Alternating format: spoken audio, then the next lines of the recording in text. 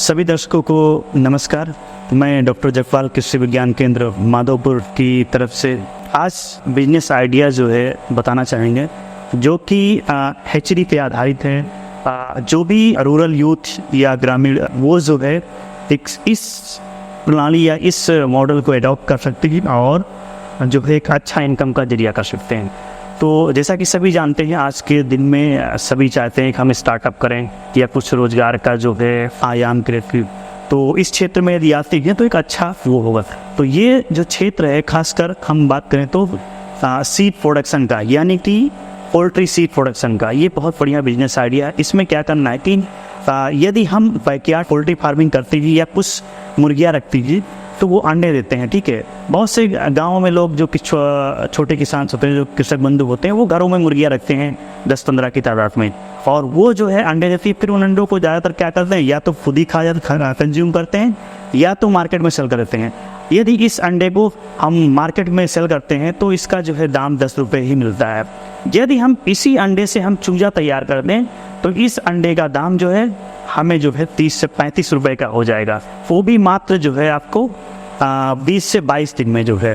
तो इसको हम डायरेक्ट 10 रुपये का ना बेच करके इसको हम 20 से 22 दिन में इसी अंडे को 30 से 35 रुपये में आसानी से बेच सकते हैं।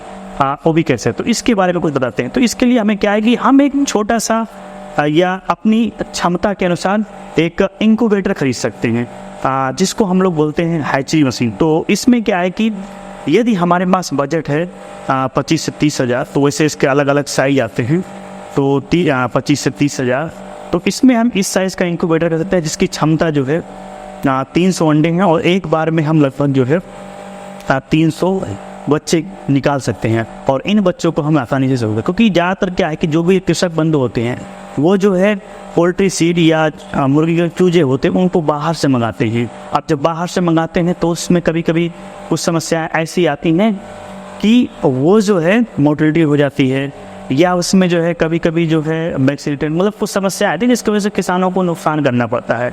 तो उसको अपने वो स्थानीय स्तर पर ही तैयार कर सकते हैं। तो इस प्रकार का यदि हम लगाते हैं तो इसमें जो है लगभग 300 अंडे, यदि हमारे पास बजट है 25 दिन, तो हम लगभग 300 अंडे का खरीद सकते हैं और इसमें हम इंक्यूबेशन के लिए देते हैं। तो इंक्यूबेशन के यदि हमारे पास मुर्गी के अंडे हैं तो उनमें लगभग उसमें जो है 20 से 21 दिन में जो है अंडा से जो है हैच होकर के और चूजा आ जाएगा, और फिर उसको हम मार्केट में बड़ी आसानी से वैक्सीनेशन करके जो है बड़ी आसानी से उसको सेल कर सकते हैं, या चाहें तो खुद ही जो है उनको पालन करके बड़ा करके फिर मार्केट में बेच सकते हैं। यदि हम बतख के अंडे की बात करते हैं तो बतख के अंडे मतलब 28 दिन का जो है समय लगता है। 28 दिन के बाद जो है वो हैच आउट होता है, और ऐसे करके और भी जो आजकल मार्केट में डिमांड है, जैसे कि बटेर है, उनका भी अंडे को हैच करा सकते हैं, तो वो भी जो है मार्केट में उनके भी हम चूजे उपलब्ध करा सकते हैं। तो ये एक अच्छा बिजनेस हो सकता है कि हम पोल्ट्री का सीड प्रोवाइड करनी है, पोल्ट्री का सीड उपलब्ध करवाना बहुत अच्छा मतलब बिजनेस हो सकता है। इसको एक आमदनी का जरिया मानते हैं। इसमें यदि हम बात करें क्या क्या मेंटेनेंस, क्या क्या जो है हमें ध्यान देने योग्य बातें होती हैं, तो जब भी इसमें हम स्टार्ट करते हैं तो उसमें हमें क्या करना है कि हमें जो है उस पर अंडों पे, यदि हमारे पास एक बार में 300 अंडे नहीं आ रहे हैं तो उसमें हमें जो है उस पर जो है क्या है कि डेट नोट कर देना चाहिए। मान लीजिए हम जो है 50 मुर्गी रखी हैं और एक दिन में जो है 20 से 25 अंडे या 30 अंडे हो रहे हैं, तो 30 अंडे आज के डेट में रख रहे हैं, तो आज का डेट हमें डाल देते हैं। अगले दिन हमको फिर 30 अंडे मिले तो कल की डेट, तो उस प्रकार से हमको आइडिया रहेगा कि ये आज हम रखे हैं, आज मान लीजिए 15 तारीख है, या तो 15 तारीख के बाद कितने दिन बाद आए, तो उससे हमको आइडिया रहेगा। उसके हिसाब से हमको डेट वाइज करके और इसी में हमको जो है लोड कर देने हैं। इसमें अलग अलग ट्रे होते हैं, तो इसमें लोड कर देने हैं। लोड करने के बाद में क्या करना है कि हमको जो है जो ट्रे होता है उसमें पानी का लेवल मेंटेन करते हैं, ह्यूमिडिटी जो होती है उसको मेंटेन करता है, यानी कि उसकी जो आर्द्रता होती है उसको मेंटेन करता है। साथ ही साथ जो टेम्परेचर होता है, तो टेम्परेचर के लिए इसमें लगे होते हैं हीटर वगैरह, और इनको ये ऑटोमेटिक जो है कंट्रोल करता है। तो इसके लिए 37.7 डिग्री सेल्सियस टेम्परेचर रहना चाहिए, जो कि आइडियल होता है। उस डिग्री पे हैच करते हैं, और ह्यूमिडिटी जो होती है वो 55 से 60 के बीच में रहनी चाहिए। तो उससे क्या है कि ये स्टैंडर्ड टाइम है, उसी के समय उसी के बीच में ये जो है हैच हो जाते हैं।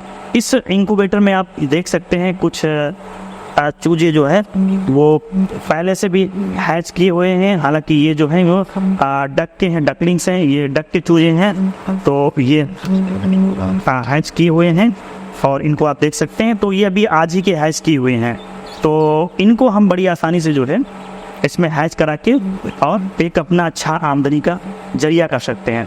तो इसमें क्या है कि कुछ और मेंटेनेंस ध्यान देने की बात होती है। जब भी हम इसको स्टार्ट करते हैं तो स्टार्ट करने के बाद इसमें हम रेगुलर पानी का चेकअप, मतलब पानी इसमें देखते रहेंगे, पानी हमारा जो है ख़त्म देना है। जब भी पानी अगर ख़त्म हो जाए तो उसको हमको फिर से फिलअप कर देना है और मेंटेन करना है। दूसरी चीज़ ये भी ध्यान देना है कि हमको इसको अनावश्यक नहीं खोलना है, जिससे क्या है कि इसमें जो तापमान है वो घट जाएगा या फ्लैक्चुएट होगा, तो उससे क्या है कि जो हैचिंग दर है उसमें जो है कमी आएगी। तो इसको हमको मेंटेन करके रखना है और साथ ही साथ हमको जो है रेगुलर जो इसका तापमान है ये सब भी देखते रहना है। तो एक रिक्वायर्ड टाइम में जो है या जो सेट टाइम है उसी में ये हैच कर जाएंगे और फिर इनको हम जब भी ये हैच हो जाए तो इमीडिएट हमको जो है उन जो चूजे हैं या जो भी जिसके भी चाहे डकलिंग्स हो या चूजे हों, उनको इमीडिएट हमको जो है इंक्यूबेटर से बाहर नहीं निकालने।